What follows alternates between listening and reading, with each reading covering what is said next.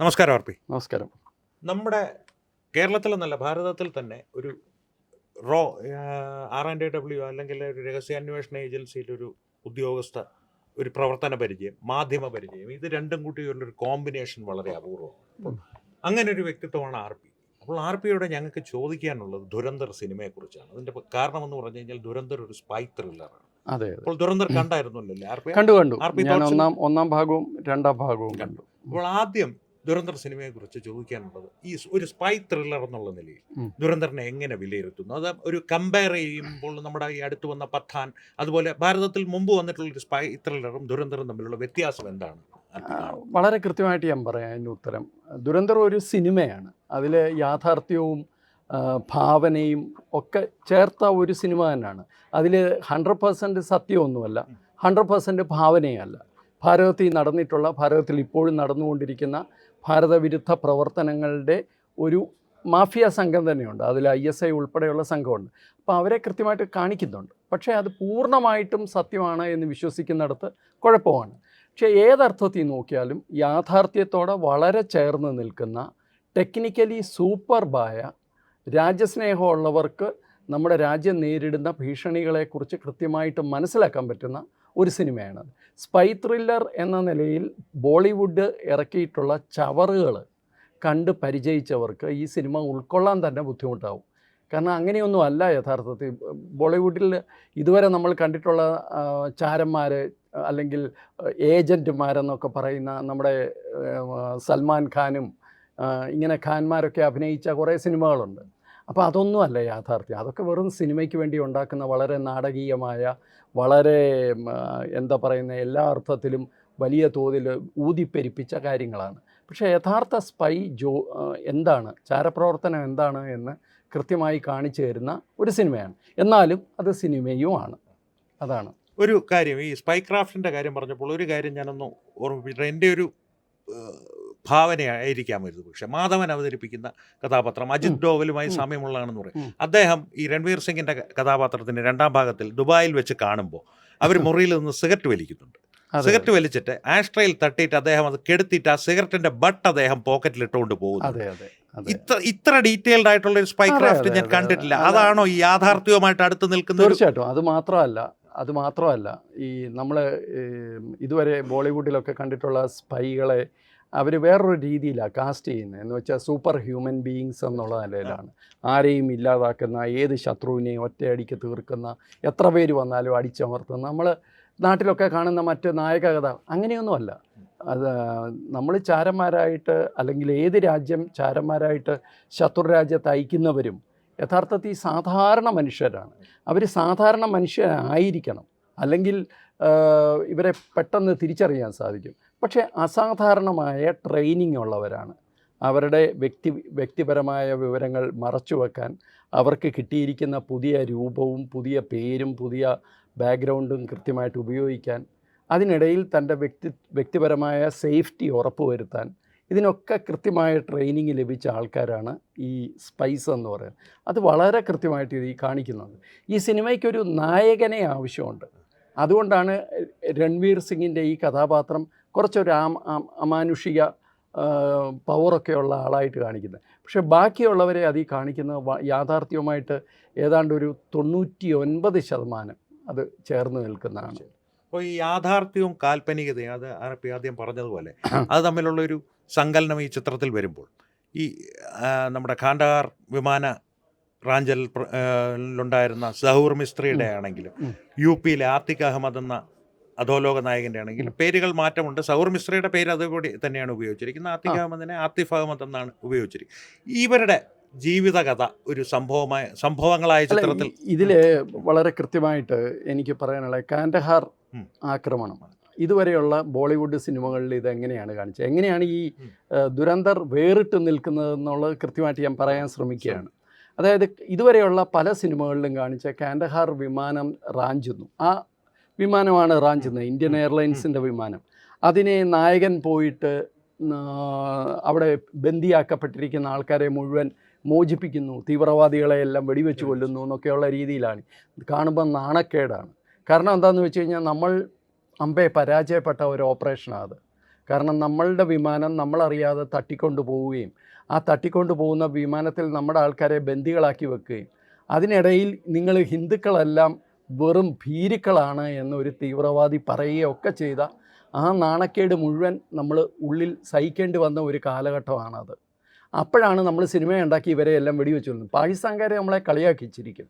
പക്ഷേ ഈ സിനിമയിൽ നമുക്ക് ആ സംഭവിച്ച പരാജയത്തെ വളരെ കൃത്യമായി കാണിക്കുകയും അതിൽ നിന്ന് പാഠം ഉൾക്കൊണ്ട് നമ്മൾ ഈ പുതിയ ഇന്ത്യ എങ്ങനെയാണ് തിരിച്ചടിക്കുന്നത്, ശത്രുവിനെ പാഠം പഠിപ്പിക്കുന്നതെന്ന് കൃത്യമായി വരച്ച് കാണിക്കുകയും ചെയ്യുന്നുണ്ട്. അതാണ് ഈ സിനിമയുടെ ഏറ്റവും വലിയ പ്രത്യേകതയായിട്ട് ഞാൻ കാണുന്നത്. പിന്നെ താങ്കൾ ചോദിച്ച ഈ ആത്തിഖ് അഹമ്മദ്, ഈ സിനിമയിൽ ആര് ഏത് കഥാപാത്രമാണ് എന്നുള്ളത് വലിയ മറയൊന്നുമില്ലാതെ കാണിച്ചിട്ടുണ്ട്.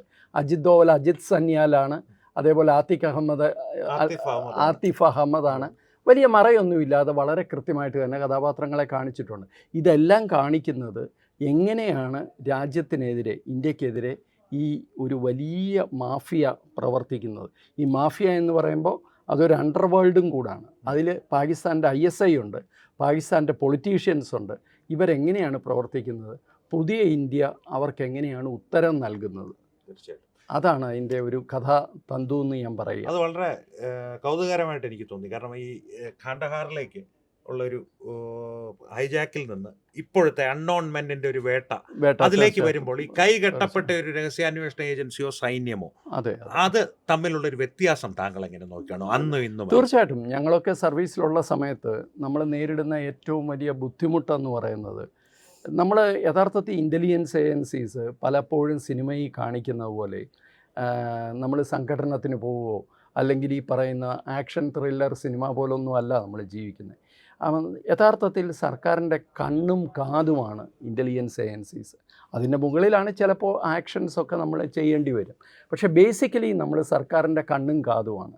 അപ്പം നമ്മൾ പറയുന്ന വിവരങ്ങൾ, നമ്മൾ കൊടുക്കുന്ന ആക്ഷനബിൾ ഇൻ്റലിജൻസിൻ്റെ മുകളിൽ സമയത്ത് ആക്ഷൻ ഉണ്ടാവുന്നില്ല, അല്ലെങ്കിൽ സമയത്ത് നമുക്ക് നിർദ്ദേശം കിട്ടുന്നില്ല. അത് വലിയ നിരാശാജനകമായ ഒരു അന്തരീക്ഷമാണ്. പ്രത്യേകിച്ച് ഭാരതം പോലെ ഇത്രയും വൈവിധ്യമുള്ള ഭീഷണികൾ നമ്മൾ നേരിടുന്നുണ്ട്. അത് ആകാശത്തിലൂടുണ്ട്, ഭൂമിയിലൂടുണ്ട്, കടലിലൂടുണ്ട്, ടെക്നോളജിക്കൽ വാർഫെയർ ഉണ്ട്, ഇതെല്ലാം ഉണ്ട്. അപ്പോൾ ഇതൊക്കെ നേരിടുന്ന ഒരു രാജ്യം എന്നുള്ള നിലയിൽ നമ്മളത് കൃത്യമായിട്ട് ഇതിനെ പ്രതിരോധിക്കാൻ നമ്മളെക്കൊണ്ട് സാധിക്കാത്തത് വലിയ നമുക്ക് നിരാശ ഉണ്ടാക്കിയിട്ടുണ്ട് ഒരു കാലത്ത്. അതിനിപ്പോൾ ഒരു വലിയ മാറ്റം വന്നിട്ടുണ്ട്. അതുതന്നെയാണ് ഇതിനകത്ത് ഏറ്റവും പ്രധാനപ്പെട്ട കാര്യം. ഇതുവരെ നമ്മൾ കണ്ടിട്ടുള്ള ഒരു സിനിമയിൽ നിന്ന് ഒരു മാറ്റം, ഒരു നറേറ്റീവ് ഇതുവരെ വന്നിട്ടുള്ള, അതിൽ നിന്ന് സിനിമകളിൽ മാറ്റം കൊണ്ടുവരികയാണോ ഇനി മുതൽ അങ്ങോട്ടുള്ള ബോളിവുഡുകളിലേക്ക്? തീർച്ചയായിട്ടും അങ്ങനെ പ്രതീക്ഷിക്കണം. കാരണം എന്ന് വെച്ച് കഴിഞ്ഞാൽ ഇതിനകത്ത് നിങ്ങൾ ശ്രദ്ധിച്ചാൽ അറിയാം, ഇതിന് മുമ്പുള്ള സിനിമകൾ ഇതിനകത്ത് ഇപ്പം നമ്മുടെ ജാതി മതവും ഒന്നുമല്ല പറയുന്നത്. ഇപ്പോൾ ഇന്ത്യയിൽ ഈ ദുരന്തർ സിനിമയ്ക്കെതിരെ ഇറങ്ങുന്ന ഇന്ത്യൻ മുസ്ലിങ്ങൾക്കെതിരെയാണെന്നുള്ള രീതിയിലാണ്. ഇന്ത്യൻ മുസ്ലിമിനെതിരെ അതിനകത്ത് ഒരു പരാമർശം പോലുമില്ല. ഈ ആത്തിഖ് അഹമ്മദിനെ കൊന്നത് കാണിക്കുന്നുണ്ട്. അയാളൊരു മാഫിയായിരുന്നു. അയാൾ കോടിക്കണക്കിന് രൂപയുടെ സ്വത്തുണ്ടാക്കിയിട്ടുണ്ട്. അയാൾ കാണുന്ന ഭൂമി അയാൾ പിടിച്ചെടുക്കുമായിരുന്നു. ആ പിടിച്ചെടുത്ത ഭൂമി, അയാളുടെ ജീവിതത്തിൽ അയാൾ പിടിച്ചെടുത്ത ഭൂമി എന്ന് പറയുന്നത് 90% മുസ്ലിങ്ങളുടെ ഭൂമിയാണ്, ഹിന്ദുക്കളുടെ ഭൂമിയല്ല. അപ്പോൾ എല്ലാ അർത്ഥത്തിലും മുസ്ലിങ്ങൾക്ക് പോലും ദ്രോഹം ചെയ്ത ഒരു മനുഷ്യനാണ് അദ്ദേഹം. അപ്പോൾ ആ മനുഷ്യനെ വെടിവെച്ച് വന്ന യാഥാർത്ഥ്യമാണ്. ആ യാഥാർത്ഥ്യം കാണിക്കുന്നുണ്ട്. പക്ഷേ അതിലും കൂടുതൽ ശ്രദ്ധിക്കേണ്ട വളരെ പ്രധാനപ്പെട്ട ഒരു കാര്യം, ബോളിവുഡ് സിനിമ ഒരു കാലത്ത് എത്ര അടിമത്തം നിറഞ്ഞതായിരുന്നു എന്ന് തെളിയിക്കുന്ന ഭയമാണ് കാരണം. അതായത് ദാവൂദ് ഇബ്രാഹിമിനെ പോലെയുള്ള ആൾക്കാർ നിയന്ത്രിക്കുന്ന ഒരു ഭൂമികയായിരുന്നു ബോളിവുഡിലുണ്ടായിരുന്നത്. ദാവൂദിൻ്റെ പേര് പോലും പറയാൻ ആൾക്കാർക്ക് ഭയമായിരുന്നു. അവിടെ ഭായി എന്നാണ് പറയുക, ഡി കമ്പനി എന്ന് പറയും. ദാവൂദ് വിളിച്ചു കഴിഞ്ഞാൽ അവിടെ ദുബായി ചെന്നിട്ട് ദാവൂദിൻ്റെ പാർട്ടികളിൽ ഡാൻസ് ചെയ്യാൻ സ്ത്രീകളായ നടിമാർ മാത്രമല്ല, നടന്മാർ, ഈവൻ അനിൽ കപൂറിനെ പോലുള്ളവർ പോലും പോയിട്ടുണ്ട്. ഞാൻ പറഞ്ഞു മനസ്സിലായില്ല? അപ്പോൾ അതിൽ നിന്ന് ദാവൂദിനെ ഡയറക്റ്റായിട്ട് ദാവൂദിൻ്റെ പേര് പറഞ്ഞ് ദാവൂദിൻ്റെ ഇപ്പോഴത്തെ അവസ്ഥ കാണിക്കുന്നു എന്ന് പറയുന്നത് വലിയ ബോൾഡായിട്ടുള്ള ഒരു മാറ്റമാണ്. അത് തീർച്ചയായിട്ടും ഭാവിയിൽ അത് തുടരും. കാരണം എന്തു വന്നു കഴിഞ്ഞാലും ISI പാകിസ്ഥാനെ വെള്ളപൂശുന്ന ISI വളരെ നല്ല ആൾക്കാരാണ്. കുറച്ച് പേരാണ് ഭാരതത്തിനെതിരെ തിരിയുന്നത്. യഥാർത്ഥത്തിൽ ഭാരതത്തിനുള്ളിലാണ് ഭാരതത്തിൻ്റെ ശത്രുക്കൾ എന്നൊക്കെ പറഞ്ഞുള്ള സിനിമകളായിരുന്നു ഇതിനു മുമ്പുള്ളത്. അതൊന്നും പ്രൊപ്പഗൻഡ സിനിമയല്ല. ഇതാണ് പ്രൊപ്പഗൻഡ സിനിമ എന്ന് ആൾക്കാർ പറയുന്നുണ്ടെങ്കിൽ ഇതുതന്നെയാണ് സത്യം എന്നുള്ളതാണ് അതിൻ്റെ തെളിയുന്നത്. വലിയൊരു മാറ്റമാണ്. ആ മാറ്റം തുടരട്ടെ എന്ന് തന്നെയാണ് ഞാൻ ആഗ്രഹിക്കുന്നത്. റോയെ കുറിച്ചൊക്കെ കൂടുതൽ ആളുകൾക്ക് മനസ്സിലാക്കാൻ എന്താണ് അതിന്റെ പ്രവർത്തന രീതി റോയെക്കുറിച്ച് മനസ്സിലാക്കാതിരിക്കുന്നതാണ് ബാക്കി അവിടെയൊക്കെ വർക്ക് ചെയ്ത ഞങ്ങളെപ്പോലുള്ള ആൾക്കാർ ആഗ്രഹിക്കുന്നത്. കാരണം നമ്മളുടെ പ്രവർത്തനമൊന്നും പരസ്യപ്പെടുത്താനുള്ളതല്ല, പരസ്യമില്ലാതെ അത് പ്രവർത്തിക്കുന്ന ഒരു സംഘടനയാണ്. ഇപ്പോൾ റോയെ സംബന്ധിച്ചിടത്തോളം ഞാൻ പറഞ്ഞു കഴിഞ്ഞാൽ എനിക്ക് ഏറ്റവും അഭിമാനമുണ്ട് അവിടെ ജോലി ചെയ്യാൻ സാധിച്ചതിൽ. CIA പോലെ അവർ വലിയ തോതിൽ ഞങ്ങൾ ചെയ്യുന്ന കാര്യങ്ങൾ വലിയ തോതിൽ അവർ പുറത്തു പറയാറുണ്ട്. ഈവൻ മൊസാദിൻ്റെ വിവരങ്ങൾ പുറത്തു വരാറുണ്ട്, ISIയുടെ വിവരങ്ങൾ അവർ പുറത്തു പറയാറുണ്ട്. പക്ഷേ റോ ഇത്രയും കാലം അവരുടെ വിവരങ്ങളൊന്നും അവരെങ്ങനെയാണ് ചെയ്യുന്നതെന്നൊന്നും പറയാറില്ല. നമുക്ക് കാണുന്ന ആൾ എന്താണ് ചെയ്യുന്നതെന്ന് നമുക്കറിയില്ല. പക്ഷേ ഇപ്പോൾ ഈ സിനിമകളിലൂടെ പല സിനിമകളിലും വളരെ മോശമായി വളരെ തെറ്റായ വിവരങ്ങളാണ് എങ്കിൽ പോലും റോയുടെ പേരിപ്പോൾ എല്ലാവരും എടുത്ത് ഉപയോഗിക്കുന്നു. അതിൽ ഞാൻ മനസ്സിലാക്കുന്ന പലരും അസ്വസ്ഥരാണ് റോയ്ക്കകത്തുള്ളവർ. സിനിമയുടെ ഫസ്റ്റ് പാർട്ട് വന്നപ്പോൾ തന്നെ കേരളത്തിലെ ഇടത് പിന്നെ ഇടതുപക്ഷ ആൾക്കാർക്ക് കുറച്ച് പ്രശ്നം, ഓൾ ഇന്ത്യ ലെവലിൽ ഓക്കെ, അങ്ങനെ കുറച്ച് പ്രശ്നങ്ങളൊക്കെ ഉണ്ടായി. ഇപ്പം ഈ രണ്ടാം ഭാഗവും കൂടെ വന്നപ്പോഴത്തേക്ക് അവർക്ക് ആകെ ഒരു ഭ്രാന്ത് പിടിച്ച ഒരു അവസ്ഥയിലോട്ടാണ് അവർ പോയിരിക്കുന്നത്. കൂടാതെ നമ്മളെ സോഷ്യൽ മീഡിയ ഇൻഫ്ലുവൻസേഴ്സ്, പിന്നെ അതേ കണക്ക് തന്നെ രാഷ്ട്രീയക്കാർ, നിരൂപകർ, ഇവരെല്ലാം പറയുന്നുണ്ട് ഇത് ബാൻ ചെയ്യണം, ബോയ്ക്കോട്ട് ചെയ്യണം എന്നൊക്കെ. നിങ്ങൾ ഇവരോട് ചോദിക്കേണ്ടത് ഈ പ്രൊപ്പഗൻഡ സിനിമയാണ് എന്നാണല്ലോ കശ്മീർ ഫയൽസിനെ കുറിച്ച്, കേരള സ്റ്റോറിയെക്കുറിച്ചൊക്കെ സ്ഥിരം പറയുന്ന ഒരു വാചകം പ്രൊപ്പഗൻഡയാണ്. കശ്മീർ ഫയൽസിൻ്റെ സംവിധായകൻ വളരെ കൃത്യമായിട്ട്, ഞാൻ തന്നെ അയാളെ ഇൻ്റർവ്യൂ ചെയ്തിട്ടുണ്ട്, അദ്ദേഹം എൻ്റെ അടുക്ക ചോദിച്ചത് ഇവരോടൊന്ന് ചോദിക്കുക ഏത് ഭാഗമാണ് സത്യമല്ലാത്തത്. യഥാർത്ഥത്തിൽ ഞാൻ റിസർച്ച് ചെയ്തെടുത്തതിൻ്റെ 30% മാത്രമേ ഞാൻ ഈ സിനിമയിൽ ഉപയോഗിച്ചിട്ടുള്ളൂ. ഇതിലേതെങ്കിലും ഒരു ഭാഗം സത്യമല്ല എന്ന് അവരൊന്ന് തെളിയിക്കാൻ പറയുകയാണ്. ഇപ്പോൾ ഈ സിനിമയിലും പ്രൊപ്പഗൻഡയാണ് എന്ന് പറയുന്നത് എന്തുകൊണ്ടാണ് എന്ന് ചോദിക്കണം ആൾക്കാരോട്. നിങ്ങളൊക്കെ പുറത്തിറങ്ങി ആൾക്കാരെ കാണുന്നവരല്ലേ, നിങ്ങൾ പ്രൊപ്പഗൻഡ എന്താണെന്ന് ചോദിക്കണം. ഒരു സിനിമ anti mafia, anti ISI, anti Pakistan, anti terror ആയാൽ അതെങ്ങനെ പ്രൊപ്പഗൻഡ സിനിമയാവും? പ്രോ ഇന്ത്യയുമാണ്, അതെങ്ങനെ പ്രൊപ്പഗൻഡ സിനിമയാവും? ഇത് ഇന്ത്യക്കാരല്ല വേറെ ആരെങ്കിലും എടുക്കുമോ ഈ സിനിമ? അതിൽ യാഥാർത്ഥ്യവുമായിട്ട് ചേർന്ന് നിൽക്കാത്ത എന്താണുള്ളതെന്ന് ചോദിക്കുക. ഇപ്പം നോട്ട് നിരോധനം ഇതുകൊണ്ടാണ് സംഭവിച്ചതെന്ന് പറഞ്ഞ് നോട്ട് നിരോധനം അവിടുന്ന് കണ്ടെയ്നർ വരുന്നു എന്ന വിവരത്തിൻ്റെ അടിസ്ഥാനത്തിലാണ് നോട്ട് നിരോധിച്ചത് എന്ന് ഈ സിനിമയിൽ കാണിക്കുന്നു എന്നാണ് വിമർശനം. നോട്ട് കണ്ടെയ്നറിൽ ഭാരതത്തിൽ എത്തിയിട്ടുണ്ട്, കേരളത്തിൽ എത്തിയിട്ടുണ്ട് എന്നുള്ളതൊരു സത്യമാണ്. മനസ്സിലായില്ലേ? അപ്പോൾ അത് ഇല്ലാത്ത കാര്യമൊന്നുമല്ല, ആരും ഭാവനയെ കണ്ട കാര്യമല്ല. വീണ്ടും 11,000 കോടി രൂപയുടെ നോട്ട് ഭാരതത്തിലേക്ക് വരുന്നു എന്നുള്ള ഒരു പരാമർശമുണ്ട്. അതിൻ്റെ അടിസ്ഥാനത്തിൽ മാത്രമാണ് നോട്ട് നിരോധിച്ചതെന്ന് ഒരിടത്തും പറയുന്നില്ല. പക്ഷേ അതും ഒരു കാരണമാണ്. എന്താ വേണ്ടേ? അതും ഒരു കാരണമാണ്. അപ്പോൾ പ്രൊപ്പഗൻഡ എന്ന് പറയുന്നവർ ഇതുവരെ വെറും പ്രൊപ്പഗൻഡ കണ്ട് ശീലിച്ചവരാണ്. യാഥാർത്ഥ്യം പറയുമ്പോൾ അവർക്ക് അവരുടെ രാഷ്ട്രീയത്തിൽ അവർക്ക് അത് പിടിച്ചു നിൽക്കാൻ വയ്യാത്തപ്പോൾ അതിനെ പ്രൊപ്പഗൻഡ എന്ന് പറയാം. പക്ഷേ സിനിമ അടിച്ചു കയറുകയാണ്. ഇതുവരെ ഭാരതത്തിലുണ്ടായ എല്ലാ ബോക്സ് ഓഫീസുകളിൽ ചരിത്രത്തെ പോലും മാറ്റുന്ന രീതിയിൽ സിനിമ കയറുകയാണ്. നോട്ട് നിരോധനത്തെക്കുറിച്ച് പരാമർശിച്ചപ്പോൾ ഒരു മുൻ റോ ഉദ്യോഗസ്ഥൻ എന്നുള്ള നിലയിൽ റോയുടെ ഇൻപുട്ട് ഈ നോട്ട് നിരോധനത്തെ സംബന്ധിച്ചുണ്ടായിരുന്നു എന്നുള്ളത് സത്യമാണ്. 2016 നവംബർ 8 നോട്ട് നിരോധനം നടക്കുന്നു. 2016 ഡിസംബർ 5 ഖനാനി സഹോദരന്മാരിലെ ജാവേദ് ഖനാനിയുടെ മരണം നടന്നു. ഈ ഒരു സംഭവത്തിന് സിനിമയിൽ ആവിഷ്കരിച്ചിരിക്കുന്ന വൈകാരികമായി എങ്ങനെ കാണുന്നു? അല്ല, ഇതിൽ കൂടുതൽ വൈകാരികതയൊന്നുമില്ല.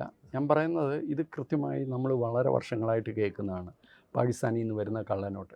പക്ഷേ പാകിസ്ഥാനിൽ നിന്ന് ഇത്രയും പെർഫെക്ഷനോടുകൂടി കള്ളനോട്ട് എങ്ങനെയാണ് വന്നത് എന്നുള്ളത് നമ്മുടെ ഇൻ്റലിജൻസ് ഏജൻസീസിനും നമ്മുടെ സുരക്ഷാ സംവിധാനത്തിനും വളരെ കൃത്യമായിട്ട് അറിയാവുന്ന കാര്യമായിരുന്നു.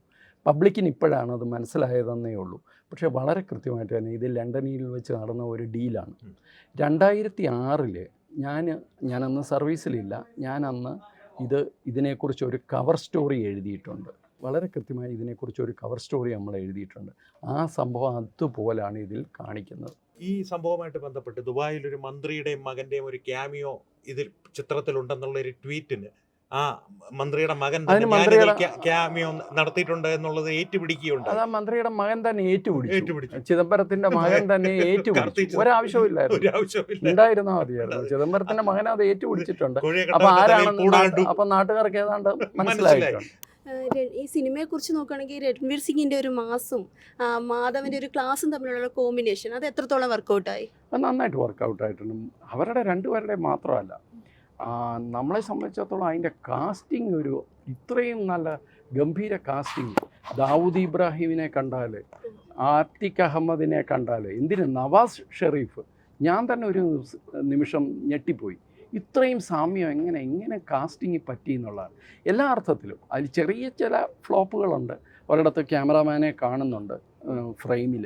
അങ്ങനെയുള്ള ചെറിയ ഫ്ലോപ്പുകൾ ഒഴിച്ചു കഴിഞ്ഞാൽ 4.5 മണിക്കൂർ മനുഷ്യനെ പിടിച്ചിരുത്തുന്ന ഈ സിനിമ ഒരു മഹാത്ഭുതമാണ്. അതിനകത്ത് യാതൊരു സംശയവുമില്ല. അപ്പോൾ ആർ പി ഒരു റോ ഉദ്യോഗസ്ഥൻ, ഒരു മാധ്യമ പ്രവർത്തകൻ, ഒപ്പം ദേശീയതയുമായി അടുത്ത് നിൽക്കുന്ന ഒരു മാധ്യമ പ്രവർത്തകൻ, ഇത് മൂന്നിൻ്റെയും ഒരു സങ്കലനം എന്ന് പറയുന്നത് കേരളത്തിൽ കാണാൻ സാധിക്കില്ല, ഭാരതത്തിൽ തന്നെ വളരെ അപൂർവമാണ്. അപ്പോൾ അങ്ങനെയുള്ളൊരു വ്യക്തിയുടെ വീക്ഷണകോണിൽ ഇതിൽ മൂന്നിൽ ഏത് വീക്ഷണകോണുമായിക്കോട്ടെ ദുരന്തറിനെ കുറിച്ച് ഇനി കാണാത്തവരോട് ആർപ്പിക്ക് എന്താണ്? ഇല്ല, ദുരന്തർ ഒരു പ്രൊപ്പഗൻഡ സിനിമയാണ് എന്ന് ദയവ് ചെയ്ത് വിശ്വസിക്കരുത്. നമ്മളുടെ ഇടത് ഇക്കോസിസ്റ്റം ഉണ്ട്, ഇടത് ജിഹാദി ഇക്കോസിസ്റ്റം. ഞാൻ അവരെ വിളിക്കുന്നത് റെഡ് ജിഹാദീസ് എന്നാണ്. അതായത് പകൽ ചുവപ്പും രാത്രിയിൽ ജിഹാദികളുമായ ഒരു വലിയ സിസ്റ്റമുണ്ട്. ആ സിസ്റ്റത്തിൻ്റെ പണം പറ്റുന്ന സോക്കോൾഡ് ബുദ്ധിജീവികളുണ്ട് ഈ നാട്ടിൽ. ഇഷ്ടം പോലെ പണം പറ്റിയിട്ടുണ്ട്. അവർ കൃത്യമായ ചില അജണ്ടകളിൽ 4 ലേഖനം എഴുതിയാൽ അവരെ അന്വേഷിച്ച് വീട്ടിൽ പണവുമായിട്ട് എത്തുന്ന ഏർപ്പാടുണ്ടായിരുന്നു ഇവിടെ. അപ്പോൾ ഈ ഒരു സിസ്റ്റം തഴച്ചു വളർന്നിട്ടുണ്ട്. ആ സിസ്റ്റത്തിൽ പെട്ടവർക്കാണ് ഈ സിനിമ കാണുമ്പോൾ വലിയ തോതിൽ നെഞ്ചിരിച്ചിലുണ്ടാകുന്നത്, വലിയ തോതിൽ അസ്വസ്ഥതയുണ്ടാകുന്നത്. അവരുടെ ആ അസ്വസ്ഥത കണ്ട് ആനന്ദിക്കുക, സിനിമ കണ്ട് ഇഷ്ടപ്പെടുക. ദേശസ്നേഹം പറയുന്ന ഒരു സിനിമ, ആൻറ്റി ISIയെ പറയുന്ന ഒരു സിനിമ എങ്ങനെയാണ് ദേശവിരുദ്ധമാകുന്നത്, രാജ്യവിരുദ്ധമാകുന്നതെന്ന് ദയവായിട്ട് അവരോട് വിശദീകരിച്ച് ചോദിക്കുക. അവസാനമായിട്ട് ഒരു ചോദ്യം കൂടി ഇപ്പോൾ പറഞ്ഞതുമായിട്ട് ബന്ധപ്പെട്ടിട്ടുള്ളതാണ്. അതിൽ അർജുൻ റാംപാൽ അവതരിപ്പിക്കുന്ന ഇക്ബാൽ കശ്മീരി എന്ന കഥാപാത്രം വ്യക്തമായിട്ട് ദാവൂദ് ഇബ്രാഹിമിന്റെ സാന്നിധ്യത്തിൽ പറയുന്നുണ്ട്, കേരളത്തിലെ PFI മുതൽ നോർത്ത് ഈസ്റ്റിലെ മാവോയിസ്റ്റുകൾ വരെ, പഞ്ചാബിലെ ഖാലിസ്ഥാനികൾ മുതൽ കാശ്മീരിലെ ജിഹാദി ഭീകരവാദികൾ വരെ, ഇവർക്കെല്ലാം ഫണ്ട് ചെയ്യുന്നതിൽ ISIക്ക് വലിയൊരു കൈയുണ്ട് എന്ന് ഒരു ഡയലോഗുണ്ട്. അതിൽ ഇതിന് ഒരു മുൻ റോ ഉദ്യോഗസ്ഥൻ എന്നുള്ള നിലയിൽ യാഥാർത്ഥ്യവുമായിട്ട് എത്രത്തോളം? വളരെ കറക്റ്റാണല്ലോ, വളരെ കറക്റ്റായി. ഇതിൽ മേജർ ഇക്ബാൽ എന്ന് പറഞ്ഞ കഥാപാത്രവും ഈ രൺവീർ സിംഗിൻ്റെ കഥാപാത്രവും പല കഥാപാത്രങ്ങളുടെ ഒരുമിച്ച് വന്നതാണ്. അതായത് മേജർ ഇക്ബാൽ ഒറ്റ വ്യക്തിയല്ല. ഈ മേജർ ഇക്ബാൽ എന്ന് പറയുന്ന ഒരു വ്യക്തി യഥാർത്ഥത്തിലുണ്ടായിരുന്നു. അങ്ങേര് ഇലിയാസ് കശ്മീരി, അങ്ങേര് ഏറ്റവും ഡേഞ്ചറസ് ആയ ഒരു മനുഷ്യനായിരുന്നു. പക്ഷെ അങ്ങേര് മാത്രമല്ല ഈ കഥാപാത്രത്തിൻ്റെ ഒരു ഇതിൽ വന്നിരിക്കുന്നത്. അതുപോലെ രൺവീർ സിംഗിനെ അതുപോലൊരു കഥാപാത്രം ഇല്ല യഥാർത്ഥത്തിൽ. പക്ഷേ പല കഥാപാത്രങ്ങളും, മോഹിത് ശർമ്മയുടെയൊക്കെ കാര്യം പറയുന്നുണ്ട്, അതിലൊക്കെ ബേസ് ചെയ്ത് ഉണ്ടാക്കിയെടുത്ത കഥാപാത്രം. ഇയാൾ ഈ പറയുന്ന കാര്യം അത് വളരെ വ്യക്തമായിട്ട് എല്ലാവർക്കും അറിയാം. പക്ഷേ അത് പൂർണ്ണ സത്യമല്ല. യഥാർത്ഥത്തിൽ ISI മാത്രമല്ല, തുർക്കിയിൽ നിന്നും മറ്റ് പല രാജ്യങ്ങളിൽ നിന്നും, നമുക്ക് സൗഹൃദമുള്ള രാജ്യങ്ങളിൽ നിന്ന് പോലും ഈ ഒരു നെറ്റ്വർക്കിന് ഇവിടെ പൈസ വരുന്നുണ്ട്. അത് വളരെ കൃത്യമായിട്ട് ചൂണ്ടിക്കാണിച്ചു. കേരളത്തിന് കാര്യമായ ഒരു എംഫസിസ് കൊടുത്തില്ല, ആ ഒരൊറ്റ വാചകത്തിലേ കൊടുത്തുള്ളൂ. പക്ഷേ എല്ലാ ജിഹാദികളെയും പോലെ ഇവിടെ ഇപ്പോൾ കേരളത്തിൽ ബോംബ് പൊട്ടുന്നില്ല എന്ന് വിചാരിച്ച് കേരളത്തിൽ ആൻറ്റി ഇന്ത്യ പ്രവർത്തനമില്ല, ജിഹാദി പ്രവർത്തനമില്ല എന്ന് ദയവ് ചെയ്ത് വിശ്വസിക്കരുത്. ആ കൃത്യമായ സന്ദേശം ഈ സിനിമ കൊടുക്കുന്നു എന്നാണ് എൻ്റെ വിശ്വാസം. വളരെ നന്ദി ആർപി. എന്തായാലും പ്രേക്ഷകർക്ക് ആർപി പറഞ്ഞതുപോലെ ഒരു കൗതുകകരമായിട്ടുള്ള അനുഭവമായിരിക്കും ദുരന്തറിൻ്റെ കാഴ്ചയും അതിനുശേഷമുള്ള രസകരമായ അനുഭവങ്ങൾ. എന്തായാലും ഇത്രയും കാര്യങ്ങൾ പങ്കുവച്ചതിന് വളരെ നന്ദി, സന്തോഷം. HIV അണുബാധ സന്തോഷപൂർണമായ ഒരു ജീവിതത്തിന് തടസ്സമല്ല. HIV അണുബാധയ്ക്ക് ഫലപ്രദമായ ചികിത്സ ഇന്ന് ലഭ്യമാണ്. ഇതിന് യഥാസമയം അണുബാധ കണ്ടെത്തുന്നതും കാലേക്കൂട്ടി ചികിത്സ നടത്തേണ്ടതും അത്യാവശ്യമാണ്. സൗജന്യമായ ചികിത്സയും മാർഗനിർദ്ദേശങ്ങളും സർക്കാർ ആശുപത്രികളിലെ ART അഥവാ ഉഷസ് കേന്ദ്രങ്ങളിൽ ലഭ്യമാണ്. ആരോഗ്യ സംരക്ഷണം ഓരോരുത്തരുടെയും ഉത്തരവാദിത്തമാണ്.